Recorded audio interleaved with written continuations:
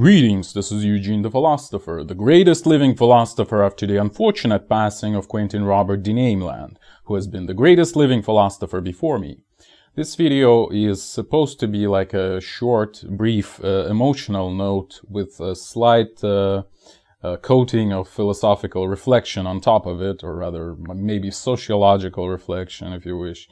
But firstly, let's discuss the title as usual. So it's designed in such a way as to rhyme with one of my previous videos, which was called New Segregation, right? So this one is about separation, which is, well, it's about slightly different things. Again, as I've said, it's more about like emotional state of the world, if you wish, or at least as it seems to be currently. So, what is about new separation? It might be actually not new as opposed to old, you know, because like it's more like a new in the sense of like a new stage, you know, like, or actually, if you think about it, if I think about it, it might be actually new in the sense like new. There was old separation, then there was like a dip in it, and now it's like a conquering new heights again, something like that. So let's take a brief discourse, like historical dive in order to clarify my words here. So initially, at least supposedly, humans were separated into tribes, right? So that was like almost isolated tribes. Of course, then they sort of grew, but initially it was like literally separation into tribes, right? So that was kind of the old separation, if you wish. But then the tribes grew, then they formed into some sort of larger collectives like nations or like kingdoms or whatever, something like that. And then after the, roughly speaking, after the 19th century, we get a more and more globalized world, where nations were connected more and more, right? Something like that. Even though it's kind of a shitty narrative, because even previously, like in the Middle Ages, Europe was pretty much well connected already, at least some parts thereof. So yeah, but now, like at the end of the 20th century, roughly at the beginning of 21st, we have this like super giga uber omega globalized world where everything is connected and everyone is connected, right? So it sort of negates separation, right? Like everyone is together, sort of. Like everything and everyone is connected. We have like, as I've mentioned in my Music of Memes video, I'll link it in the description as well as the other ones I will mention later. So we have fast information transfer, right? We have like direct video calls and stuff like that. I mean, it's like related to the topic of connectivity, right? We have networking on the global scale, like, you know, this proverbial 6 degrees of separation, the story by Carinthia and the play by Gare. So apparently, like, everyone is really connected, really closely, intimately on this planet. And we have like internet on tap pretty much everywhere in the world at the moment. So supposedly we have this super, you know, unified almost world, right? Super, not a separated world, so to speak.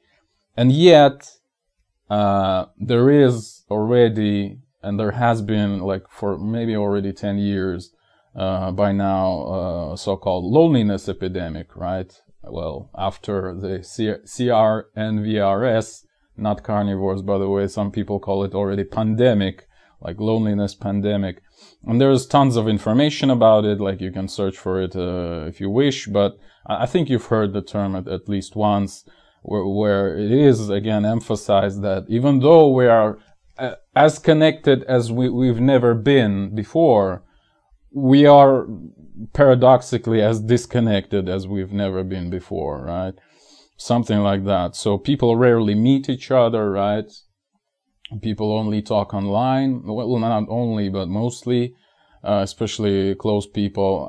So we're almost in this sort of like digital lockdown, you know, where everyone is in their little social media prison cell, and they can only like tap on the wall at best to their neighbor, like send them a text message or something. So something like that, right? So the world feels really lonely in this digital age already, but that's only like the first step in this new separation, I would say. It's like a substrate, if you wish, right? The technological substrate of this phenomenon, like a large scale, but still a substrate. But there are new developments in this area, if you wish, which only added to the problem. It's like a second layer already. And this is what kind of inspired me to talk about new separation, because like just talking about this digital isolation is kind of lame because everybody talks about it already. But these new developments have surely helped, right? And what are these new developments? Well, some of them, like, I'll give you like my opinion about like political and sociological basis of it, and some of it, actually most of it, I think I've mentioned in my video, Ongoing Virtual War. Again, I'll link it, and some other videos connected to it as well. So, roughly speaking, the world is falling apart right now. And what I mean by that is, again, as I mentioned in that video, national states undergo demolition, but the next stage, which is probably gonna be what I call civilization state, again, not my invention, by the way, so don't quote me on that. It's like a larger aggregation of previous national states, something like that. So these civilization states are not quite there yet, right? But the previous iteration, the national states, they're already crumbling, like falling apart right on our eyes, I would say. So we're in this sort of chaotic era, sort of this post-Napoleonic chaos, like revolutions in Europe of 1840s and stuff, and to a degree American War of Independence. We're in this sort of era. I mean, I'm using the analogy, obviously, like before national states even came into being, right? So now I'm using the same analogy after the national states are demolished, but something new has not yet appeared, right? So it's a very chaotic situation. So while this new configuration, whatever it would be, is still assembling itself, the world is in shambles. It looks like almost like a broken glass, you know. Like the pieces of this broken glass are yet to be molten and fused together again into a new configuration, right? Something like that. That's what I'm talking about. So this is like a large-scale situation which helps this separation kind of thing. But what are the symptoms of this situation factually? Well, these are the proverbial horsemen that I've already mentioned in my video about Ukraine. Again, I'll link it. So the first big symptom was CRNVRS, right? Not carnivores. The pandemic, the Chinese flu. So it helped to isolate people a lot, right? It shattered the previous way of being a lot, right? It separated, like literally countries have distanced themselves from each other, right? The glass has started to shatter, right? Or at least significant cracks appeared.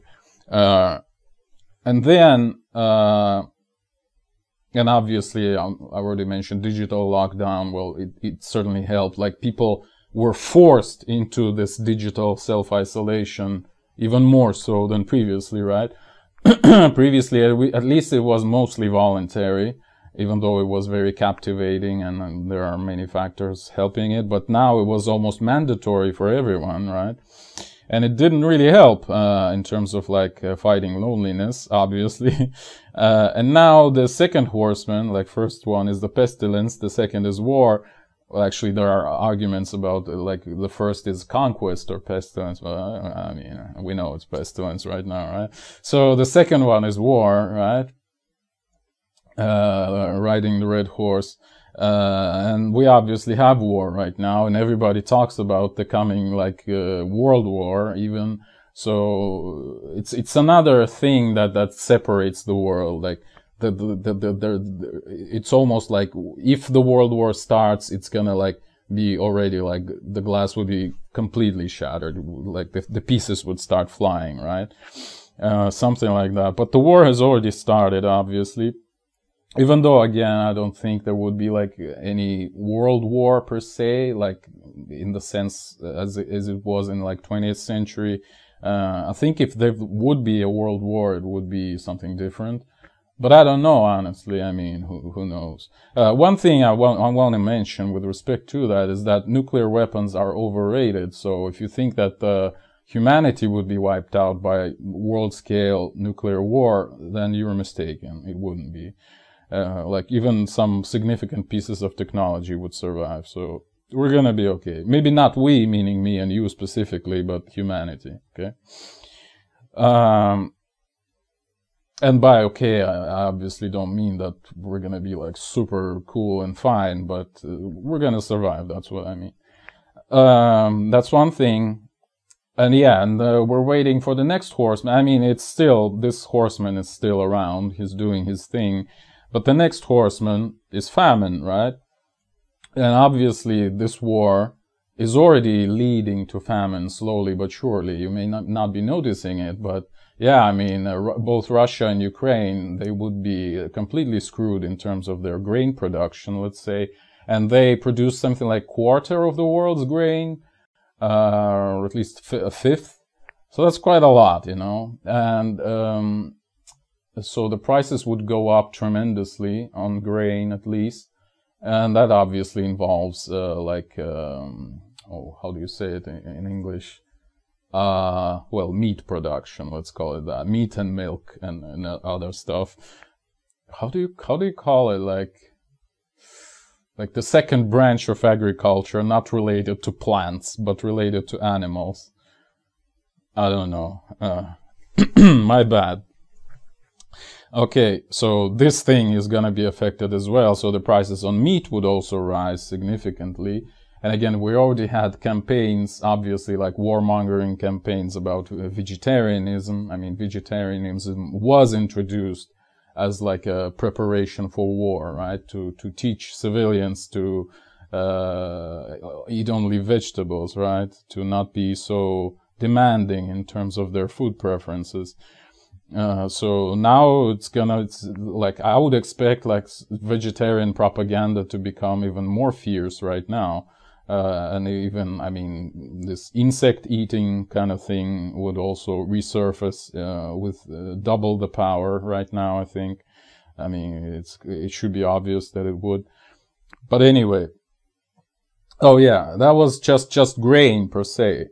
But what's also going to be impacted is fertilizers, right? Because Russia and Belarus, my country, we are among the most important producers of agricultural fertilizers. Well, maybe Belarus is not as big as Russia in this. Well, obviously it isn't, but it's comparable actually. And together we give something like maybe 20% or 25% of the world's fertilizer production. So that's another problem, right? Not only wouldn't the world have Russia's grain or Ukraine's grain, well, maybe it would have Ukraine's grain, at least a part of it, but fertilizers is another serious problem, right? So yeah, the famine is, the third horseman is along the way already. That's what I'm saying. Yeah. And these are like the symptoms of this larger process that I've described of like shattering of the previous world order, of national states, like aggregation of national states more or less freely cooperating. So now it's going to shatter and something else would appear, right? Well, I think it's going to be civilization states. Maybe it would be something different. I don't know yet. Again, we're gonna keep observing, basically, right?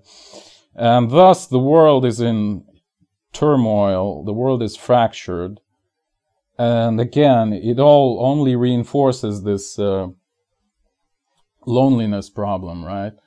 Even though previously we were sort of connected to everyone, but disconnected physically, right now we are, or at least there was a possibility to connect physically, just nobody did. Now there even is no possibility to connect physically, you know, at least to some people. But it's kind of the mood that's in the air, and I think you might feel it if you're attentive enough, I guess would be the term. So to paraphrase the famous John Donne poem, John Donne's poem, right now actually like every man is an island, you know. We're all islands in this, again paraphrasing, Google archipelago, right? And again, it manifests in so many other areas, like not this particular problem, but there are other things happening which only reinforce this problem, the problem of separation of people, the problem of loneliness, such as, again, intersexual relationships, like the demolition of families that I talked about in my video, Family and State, the overall, like, miscord, if that's the word in English, like, what is the antithesis of harmony? Discord, I guess, right? Which is funny. Why do they call this messenger Discord? It's like the opposite of. Well, it's actually a good demonstration of my point, right? You create a messenger which is supposed to connect people, but you call it Discord, like it's you know, like. But it's kind of brilliant on some level, right? Yeah. So this discord between men and women, etc. The thing I mentioned in my video, Understanding Gender, where like women's value in terms of intersexual relationships is at its peak, like from let's say 16 to 25, whereas men's is from 35 to 45 roughly, right? So it's a complete lack of overlap, right? It's a complete misunderstanding, if you wish, and now it's only reinforced by modern, like, feminized culture and stuff.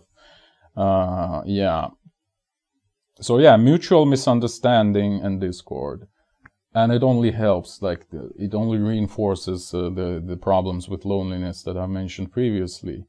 So yeah, right now we're living arguably in the loneliest world ever, which is very sad.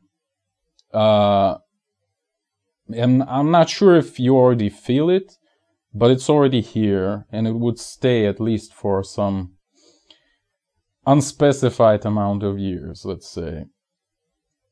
But hopefully, like, if you have felt it previously, but you couldn't, like, articulate what you feel, maybe this video would help you. I don't know. I don't intend this video to be actually helpful, like self-help type of video, like I'll help you get rid of loneliness or something like that. It's more like just at least a statement of what is going on, right? So maybe it will be a first step to develop some ways of mitigating the, like, all the psychological issues the current situation may cause. All right. Thank you for watching. The eons are closing.